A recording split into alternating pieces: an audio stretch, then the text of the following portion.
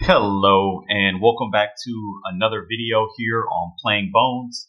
And in today's video, I want to answer a common question that domino players always ask, especially beginner players. Beginners, they need to know this and they don't always know because it's not so obvious. And that is, what do you do in dominoes when nobody can move? Yes, when the board has been locked and nobody has a play, what do you do next? So here in this video, I'm going to answer that question. I'm going to answer it in two ways too.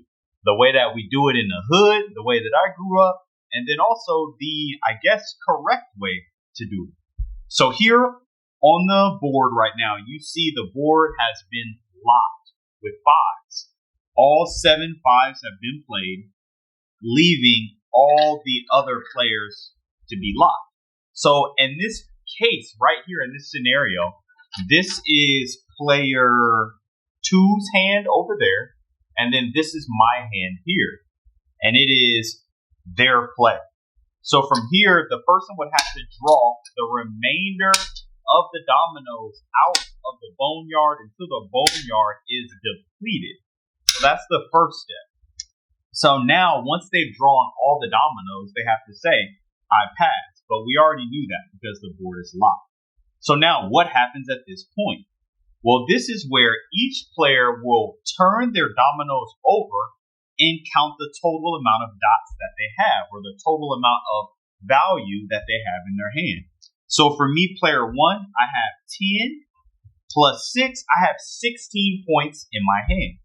So now it will be time for player 2 to turn their dominoes over and count how many they have in their hand. And this is going to be a lot. This is what we call playing a piano. Okay, so let's turn all these dominoes over and we'll get the official count. And then after that, we'll talk about what happens next. So let's just start with the larger dominoes here. So this is 20 right there. 25,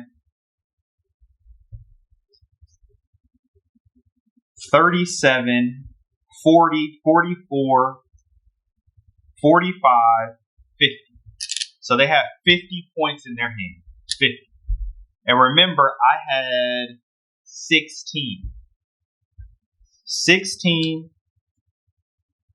and 50.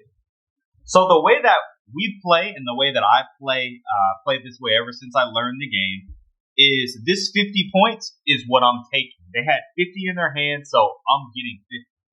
But what I've learned ever since I started playing on Flyclops and other online versions is what they do is they subtract the difference of what the lower player had versus how much the player with the higher amount had, and then they give you the difference. So in this case, it would be the 16 minus the 50, which is going to bring that down to what?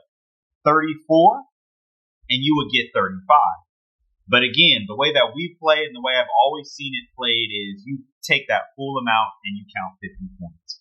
So that's what you do. When the board is locked, whoever it's on at that point must go to the boneyard and deplete the entire boneyard. And then once the boneyard has been depleted, then all players will turn their hands over. In this example, there was only 2 players. So 2 players turned their hands over, counted how many they had, and then the player with the lower amount of dominoes in their hands takes the bounty of how much the other player had. So hopefully this clarifies what to do when the game is locked. Thanks for watching, and if you have any questions about dominoes, please leave them in the comments.